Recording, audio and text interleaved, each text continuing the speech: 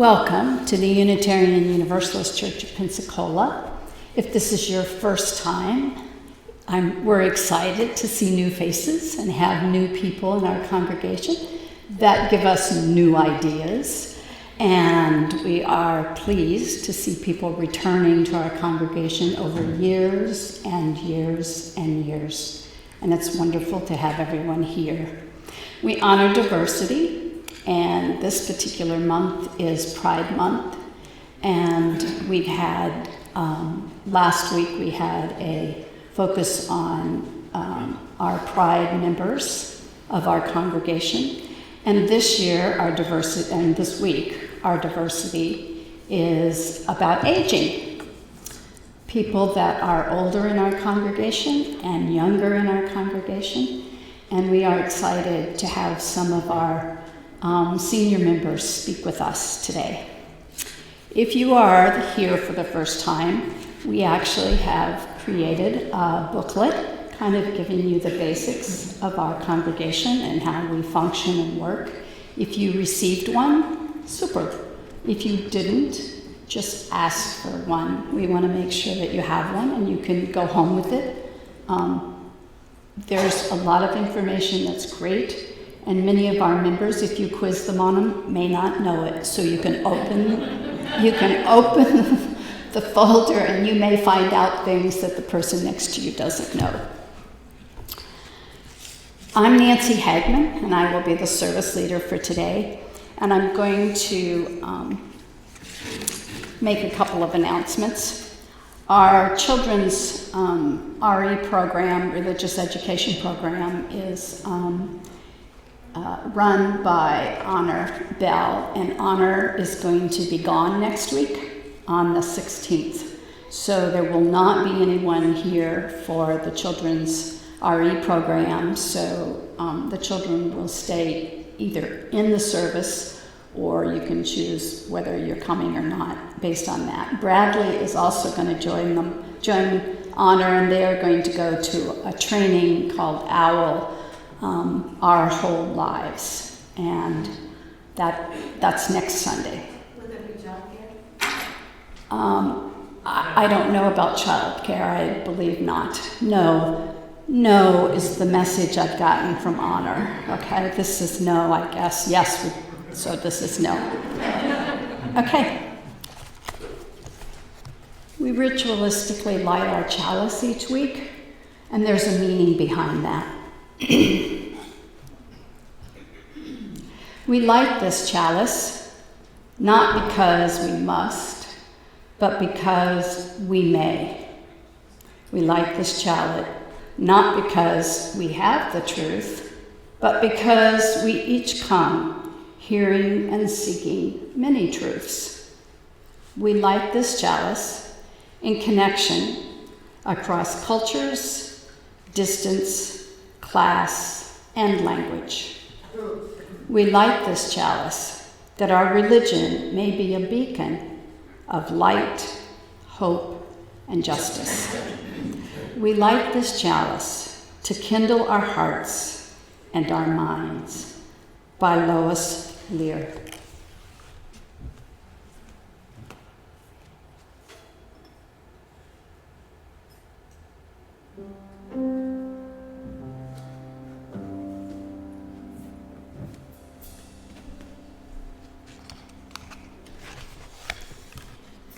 And our opening words. Great ideas have been said. They've come into the world as gently as doves.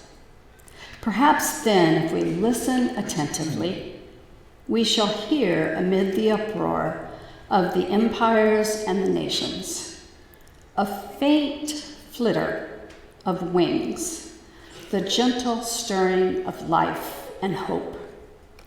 Some will say that this hope lies in a nation, others in a human being. But I believe neither that is an awakened or revived, nourished by millions of solitary individuals whose deeds and works every day negate frontiers, and the crudest implications of history. As a result, there shines forth fleetingly the ever-threatened truth that each and every person, on the foundation of their own sufferings and joys, builds for them all, by Albert Campus, translated by Justin O'Brien. And now we will have a meditative music sung by our choir, and we invite them to come forward.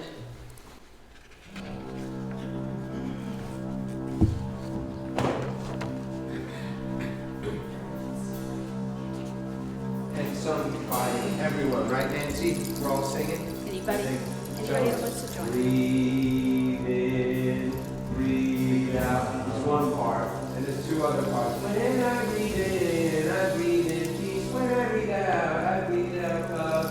You can sing that too. And then there's when I breathe in love. When I breathe out peace. Sing that too if you want. Have fun with it, pray with it. Right?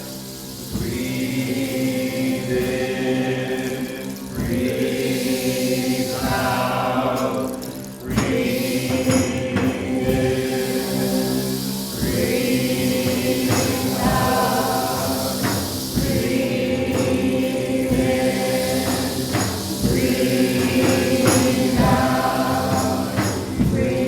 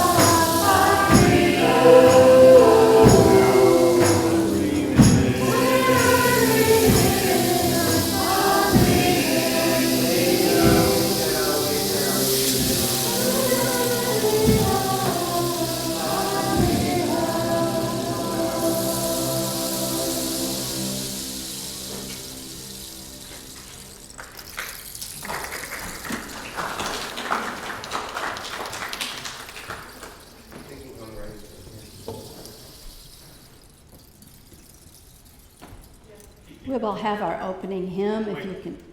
Still don't go. Come on back. Come back. Oh. You got your steps. If we're ready. Okay, for the opening hymn, if you will stand, we will sing together. In the teal book, the small teal book, number 1009. 8. Sorry, 8.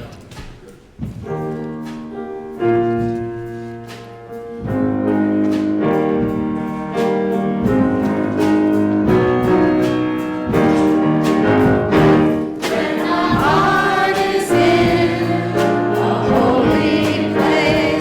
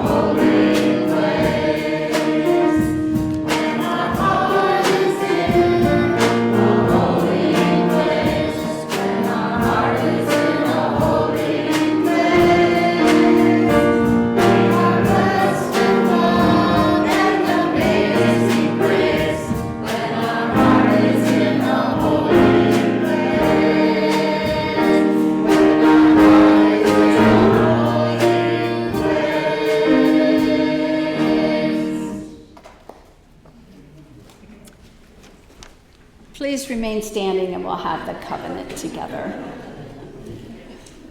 Please halfway sit and halfway stand. And we will share our covenant together, and it will be on the screen. Love is the spirit of this church, and service its law.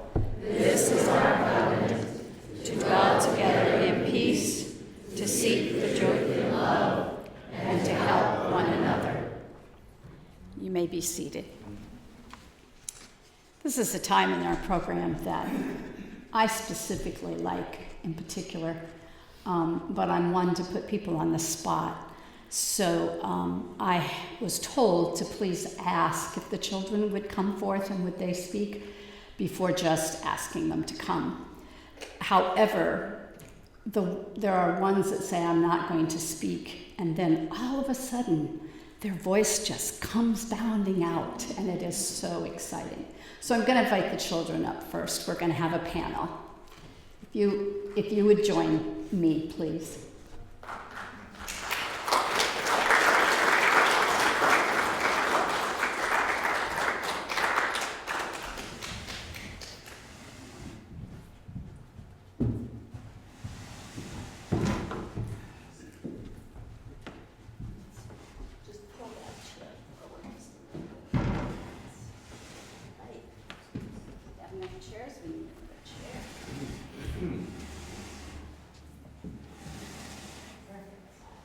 Oh, we don't need another chair. They break and they take care of themselves. I need this mic. Okay, please. It's so exciting to have Desmond in the sound room running solo by himself. And our sound room is a challenge just to walk in it. So he's weathered the storm. All right. Thank you. Just for being here, okay? Just for coming up and being in front of all these older people, right? And we're gonna talk about older people today in our service later. I had a woman come to me and she said, "Can't the oldies talk?" And I said, "Of course you can. What would you like?" "Well, we want to do a service. And we want to do a service on being oldies." So I'm wondering, what do you think of when you think of people that are old or oldies? Anybody? Got an idea? Sure. This A little You hold louder. it close to your mouth. okay.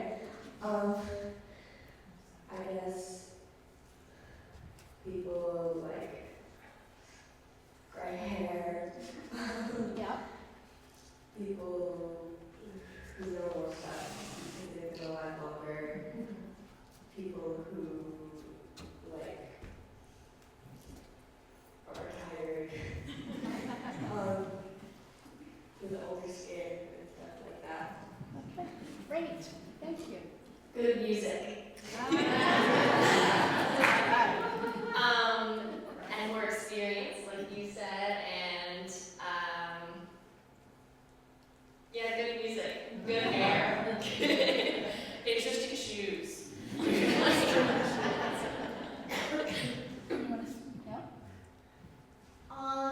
They have no eye longer, so they have like they're more willing to like wear like bright things and like big things. Right. You're right. They definitely fit into our life. Would you like to add something? Yeah. Okay. Just hold it close. Okay. It's like something that happened at my school. Like people were wondering like why I'm so old, but I was like very young and I looked like a second grader. But as soon as people started asking me what age I was, and I told them that I was 10, and they said I should have been in 4th or 5th grade by now. So you were considered old, right? You've been considered old, right? What's it like to think that you might be old? I mean, I do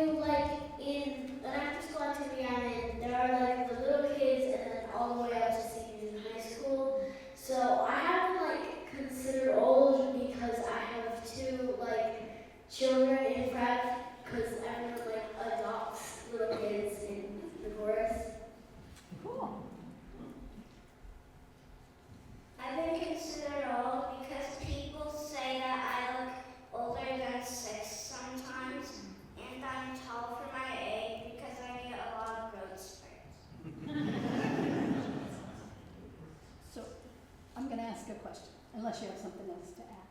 No? I've been told I'm the most mature teenager someone has ever met. So many times.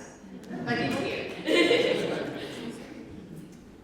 And what would you like to tell an older person? Any thoughts? I guess remember how it was to be young. How did you do it? How did you do it? Yeah. I guess like there's still time to do things. Even when you're older, you can still do stuff. Like you're not too old to do most things, unless you basically can't.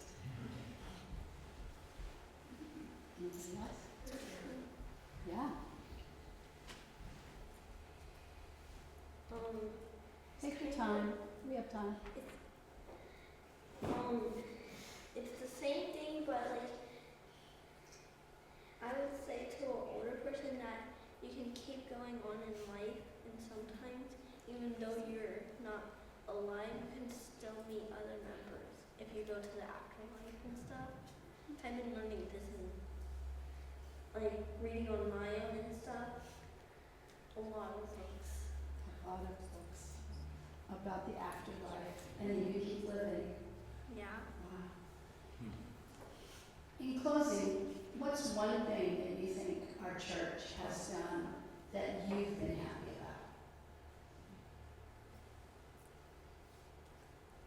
about? I think understanding that like young people aren't always like young acting.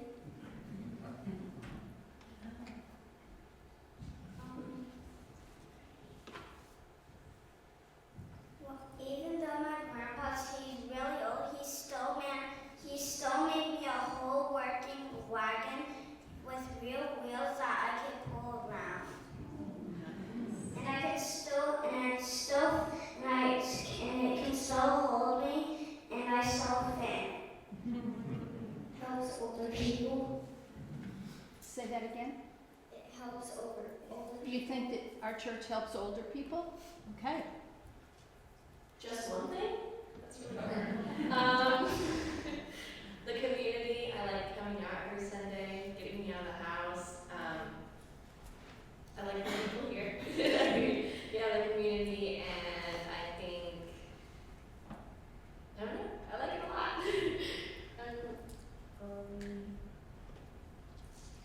I guess one thing I like about church is that after the service, there's like time to hang out and eat snacks and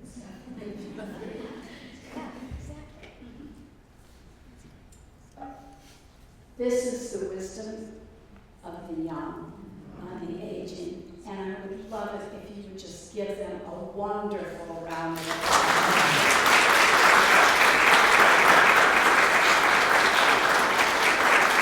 They were not prompted at all. This was from the heart. Thank you very much. And we will sing you out to your class. Go now in peace. Go now in peace. May the Spirit of love surround you everywhere,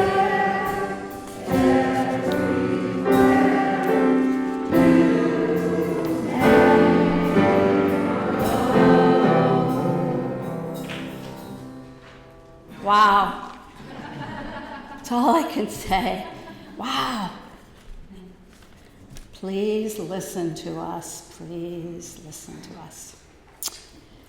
Now is the time in our service where we share our financial gains that we have made in our lives. Anything from $1 to whatever you choose to give. And we give online. A lot of people have direct deposits, so the basket is always passed. And we are a self-sustaining church. We are not affiliated with anyone else outside of our own congregation. And so we give freely of our hearts and our talents and our financial rewards, and may it be so. And we'll have some music by our musicians.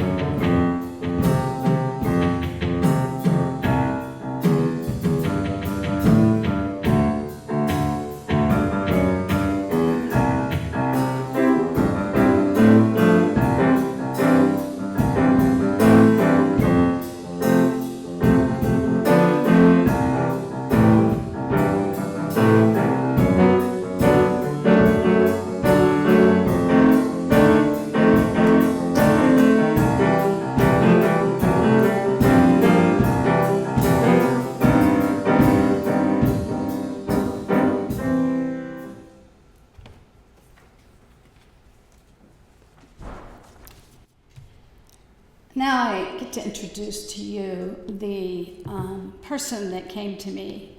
And we've had many people say, can we talk about aging? Can we talk about what happens when you age? Can we have some service specifically around aging? And then I had one person come to me, and of course when when people come to me for things like that, I say, okay, do you have an idea? And then there's silence, right? And so this person came to me and said, I want to talk about the oldies. And I want to talk about the D word. And of course, so could you help me with the D word? Death. And I went, oh, exciting. I said, do you have something? Oh, yes, I write sermons in my head all the time. And I have written something, and I would love to present it. And then she said, but I don't want to do it by myself. I'm not the whole service. And I said, well, what would you like to do? She said, I want my friends, my oldies, to join me. So we will do that today.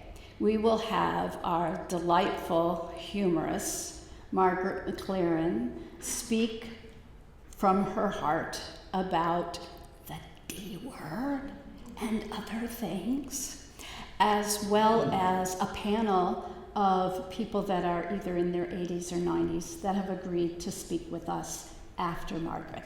So welcome, Margaret McLarin.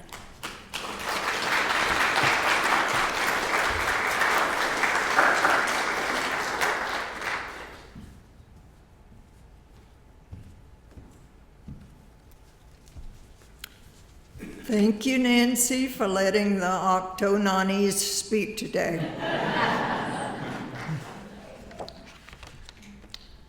On July the 16th, I will be 93 years old.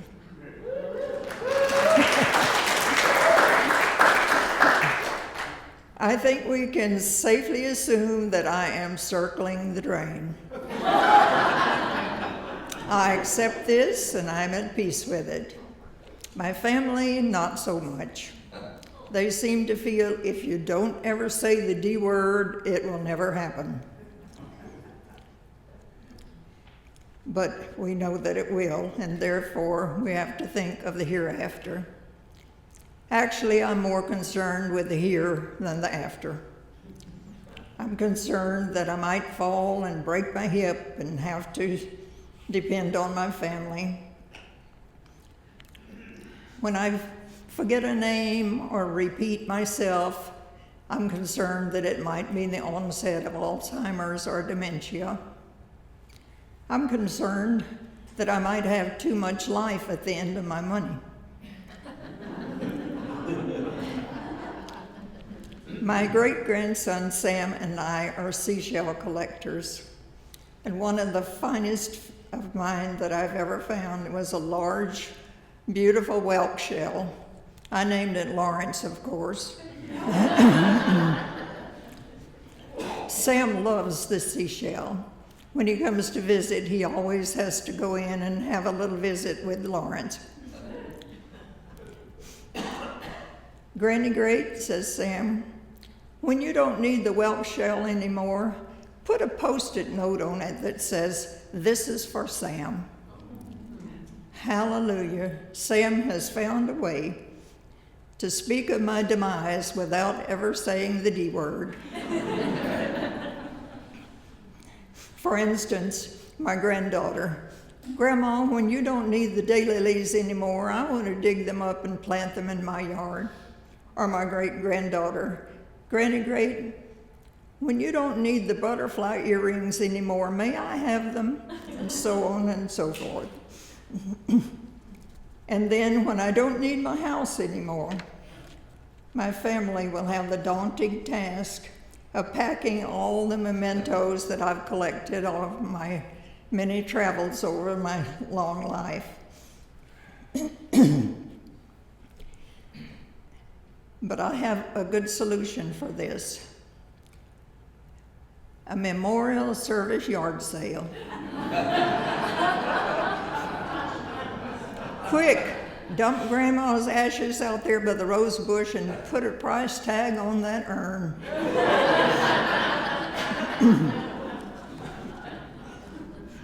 Y'all be sure to attend. There'll be bargains galore. But remember, my family's in mourning, so please don't haggle.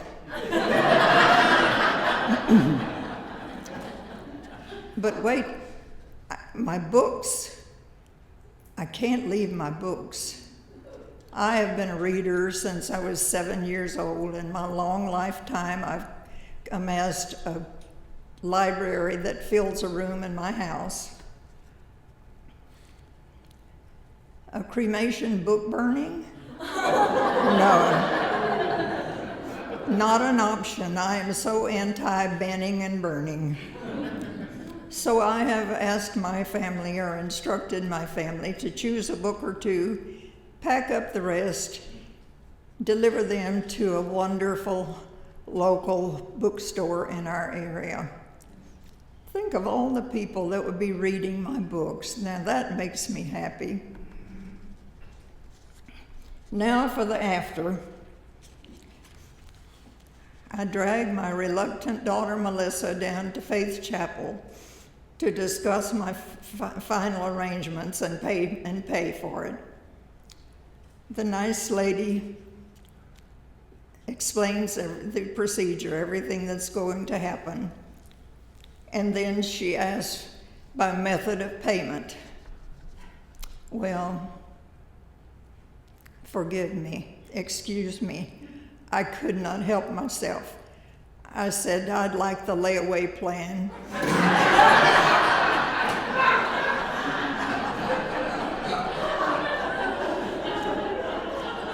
With an exaggerated eye roll, the dear lady seemed to take great pleasure in telling me, "You are going to the crematorium."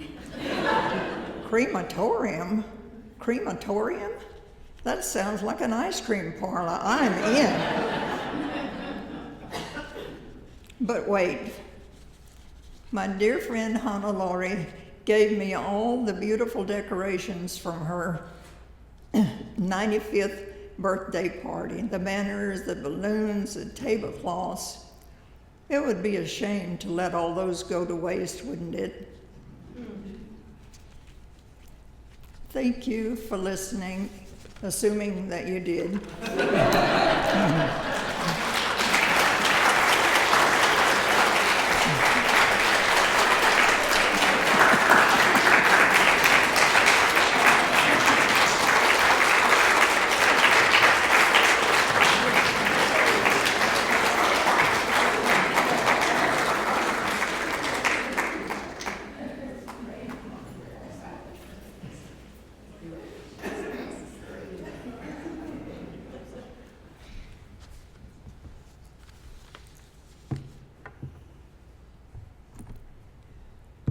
Well, if you plan to come to church to cry, this isn't the day. I would like to invite a few people up that are friends of Margaret McLarin, and have Margaret come back up, and we will have our Wisdom of the Ages panel. And while they're doing that, and while they're coming up, excuse me, I'm going to pull the chairs a little closer.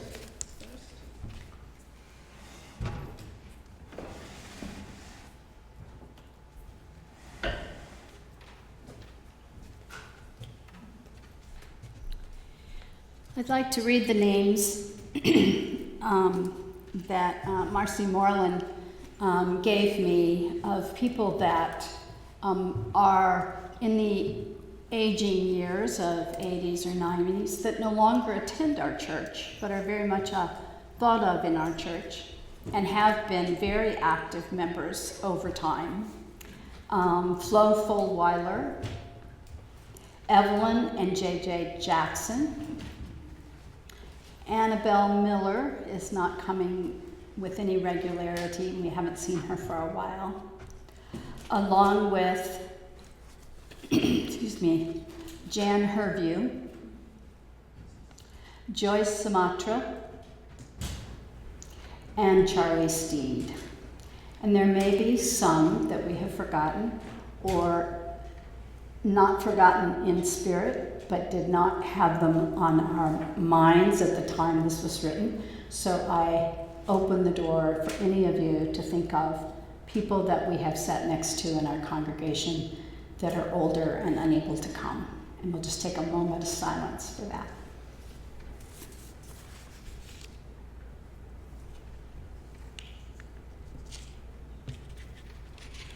Thank you. So I'm going to ask our panel. We have Hugh Ed Turner, we have Margaret McLarin, we have Bill Sloan, May O'Shea, and I actually got Hannah Laurie Musewell to come up here. I didn't ask her until today because I was afraid she might not show up or something if she thought she had to be up here. And she might even say some words, which is not a totally comfortable thing for her to do, but we welcome her words.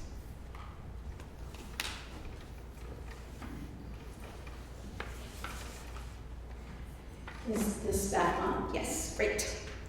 So I asked them when they were reflecting on their later chapters of their life, one thing that you tell someone about aging in the 80s and 90s. I would say that, first of all, just to give a little preface, I retired in my 40s. So I had a little practice before I got to 70 or 80. And so my suggestion would be that if you've developed a pastime, a hobby, whatever, mine happens to be investing. Just keep doing it.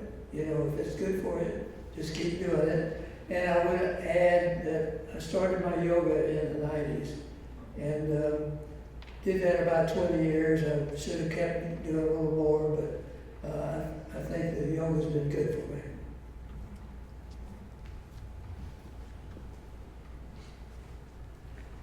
One of the most liberating things that I have done is accepting my limitations as I age, making peace with what I can't do anymore, and substituting things that I can do.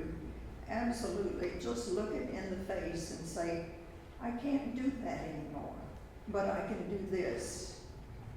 And it means something you would not believe, the load that it takes off you if you're an elderly person, when you can be accepting. That's all I have to say, but it's a wonderful thing. You want to speak? Yeah, well, I got this script here. This is one thing you want to tell somebody about aging in the 80s and 90s. Well, I was only 45.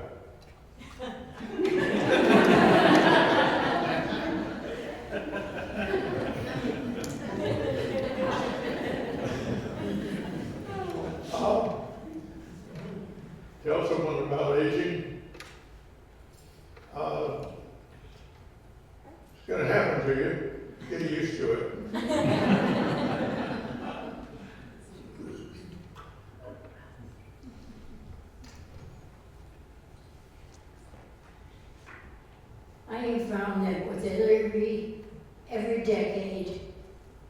found something good about it that was neat and better than others had been. But the one thing that I liked best about getting old was becoming a Gigi, a great grandmother. My 3-year-old great grandson calls me Gigi, and he does a great job with it and sings me a song every time he calls.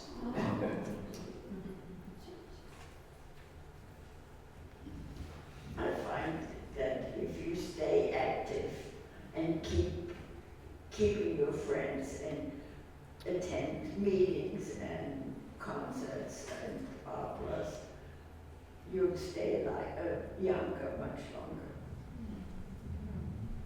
Let me just hold the microphone.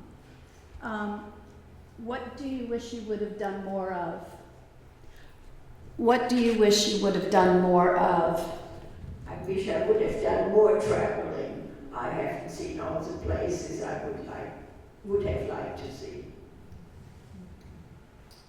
Well, I wish I had done more dancing. I had loved to dance, and now I can't dance anymore, and I miss it so much. Last night, I don't know if any of you watch NPR, but there was a program with the Bee Gees on it, and I loved the Bee Gees, and because it's very danceable music, and I had a lot of fun dancing to them, and so I got a lot of good memories last night.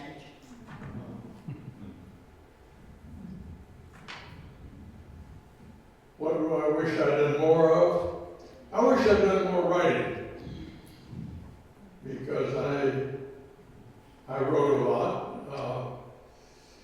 Just easy things like letters to the editor. I did one a month because that's all they allow.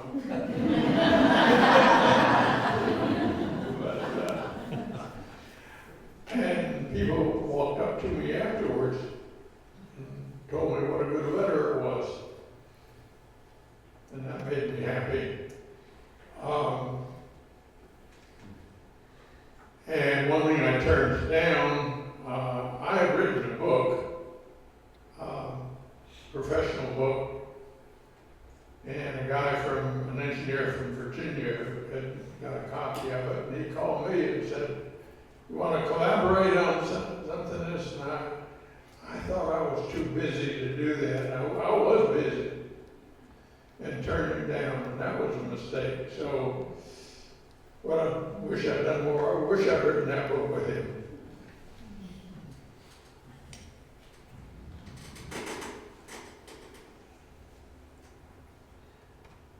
I'm really old. I've done a lot. I honestly can't think of anything that I wish that I had done more on. Maybe reaching out to more people when I should have and didn't. That's always bothered me. But other than that, it's been a pretty good run. Before the days of email and cheap long-distance calling, I wish I had done a little more keeping up with other people, their addresses, their phone numbers. Because I still have a few, but I just don't have the numbers that I probably should have. And there's one or two things I'd like to apologize for, and I don't have any contact point. And the third question is, how has UUCP impacted your life? And what would you like to see us keep doing? Well, my parents attended this in Birmingham. My parents attended the Unitarian Church in Birmingham. This was back in the 50s and 60s. And, but they never took us. It was for talks, lectures that they figured might have been beyond us, or maybe we were busy at other things, but I only really discovered Unitarianism when I got here to Pensacola. This was in the 80s, but and my father died. My mother came down in 91, and so we went to the same Methodist church, what I was raised in, initially, but that pastor, they just had a recent change, and he turned out to be very conservative. So we started looking around, checked a few other Methodist churches, and my mother had worked for the local minister for 10 years in Birmingham, so she kind of knew what she was looking for, and we never found it.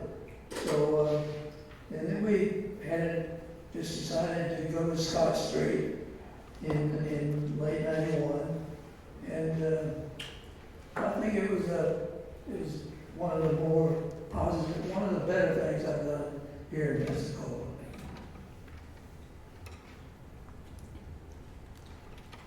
I have been a Unitarian since 1959.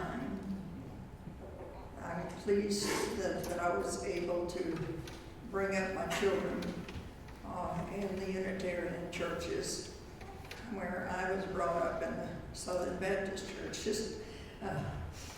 The church has always meant a lot to me. I have been a member of some of the largest, most beautiful Unitarian churches: Westport, Connecticut, Princeton, New Jersey, Dallas, Texas, to name a few. And you know what? You know which church means the most to me? My home church. This one right here. And I'm so pleased that I did start the Unitarian church early enough to bring up my children with Unitarian tenets, although one is now a Benedictine nun, but never mind.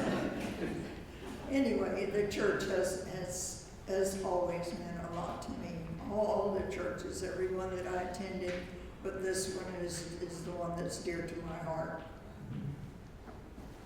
No Bill.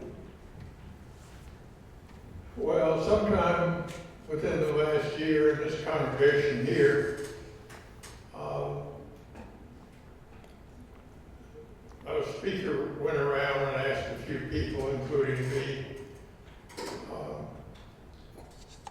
why'd you come to the Unitarian Church? And I replied, because I hated Sunday school. And that's true, I did hate Sunday school. And I got out of the Army and I said, well, let's look at a little spiritual. And I actually started going to the Unitarian Church in Annapolis, Maryland. And then I met this woman that I fell in love with, and that made me into an Episcopalian for 40 years.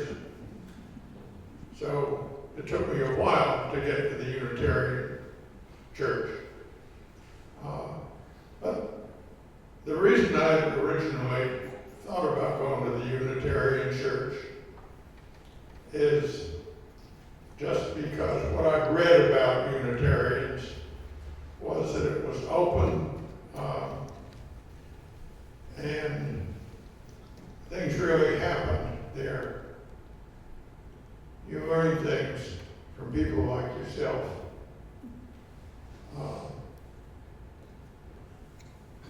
So when I got out of the Episcopal Church, I gravitated over here, and it means a lot to me for just what I said and what other people have said.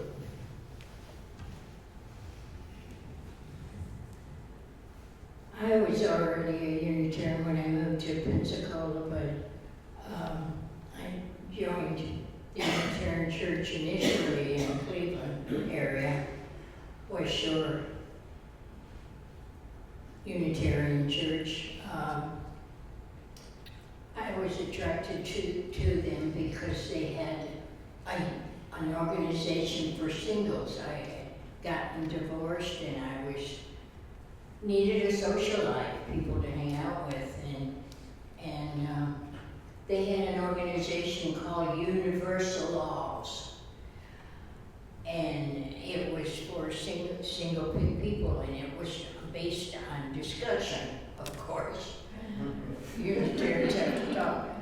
Anyway, I was attracted to that because it was intellectual, and I didn't want to go to any place that was a meat market for women that had bad reputation. So anyway, that's how I became a Unitarian initially. But I could not have lived here in this very conservative community without a Unitarian church. I really couldn't, even though my whole family wanted me to move down here. I said, is there a Unitarian church there? And it means everything to me, to be among like-thinking people, to have people to hang out with, and my whole social life has centered around this church. So thank you, thank you, thank you. Well, to me, the church means everything because I was brought up by an atheist family, so I've never had a church life. And my parents were free thinkers. And then in the 80s, my oldest son, who's now dead, joined the Unitarian Church in Pensacola, and he introduced me to it. And I was just enthralled when I came here because it was so unlike the Apostles' Creed and that kind of thing that people talking about. Anyway, the church has been a second family to me. I don't have many families left. I'm too old. All my family is gone. But the church has been family to me. I mean, some of the members here have come through to me when I was very sick, when I had the accident. They came, they took me to doctor's offices, took me for physical therapy, took me to the hospital, stayed with me at night. I mean, you couldn't have a family that is any better than this church family here.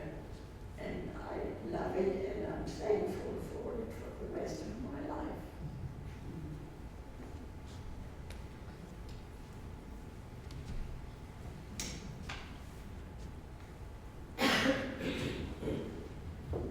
You never know who you're going to impact. And May O'Shea and I worked at an organization here in town for 5 or 10 years together. And at one point I was struggling, and I said, I'm not sure, whether I want to be here, what I want to do. I don't have, I was tired of going to church, and there were certain things I didn't believe in anymore. And May said, why don't you just try the U here once? And I never left. And so we don't know who affects us and how. And may we all have memories from this panel in our minds and our hearts. And thank you so much for sharing deeply with us today.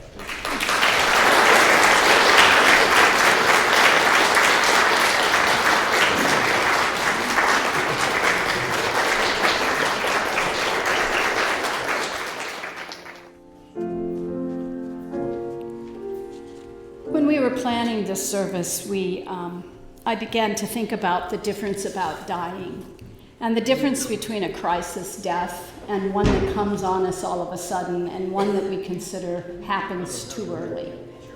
But what happens when you actually age towards death, and what a difference it is of aging toward death as a different journey for each of us. And we had that in our midst today, and I appreciate that. Thank you, Margaret, McLarin, and all the oldies. If you will remain standing, we will sing the closing hymn and then remain standing for our postscript. Number 6 in your teal.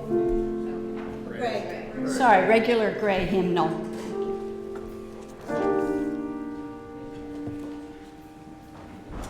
This song was chosen by Margaret McLarin. She said, "This is the one that means the most to me, or at least in this moment it means the most to me."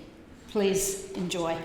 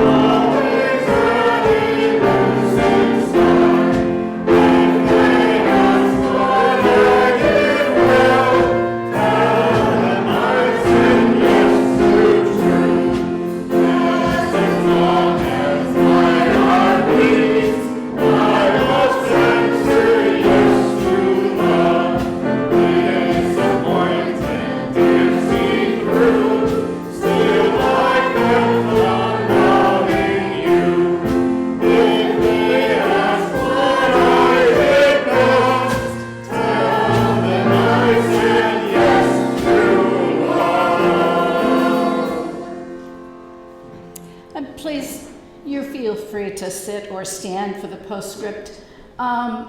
Charlotte Crane would have been a member of this panel had she have lived. She passed away a couple weeks ago or a week and a half ago, and she wrote a book of poetry, and I'm going to read one of her poems in closing words. It's called The Postscript. Growing old is like a postscript, saying amen to a life well lived. No more dreams, no more wars, only what is. There was always blood, always an ending. Be kind now, be willing. Hear the birds sing and the dog bark. Let the tiger roar and the infant laugh. Be content, write your story, close the book, love more than before, leave a memory for your grandchild and a legacy for the earth. Peace will come later or sooner. Charlotte Crane. Go in peace.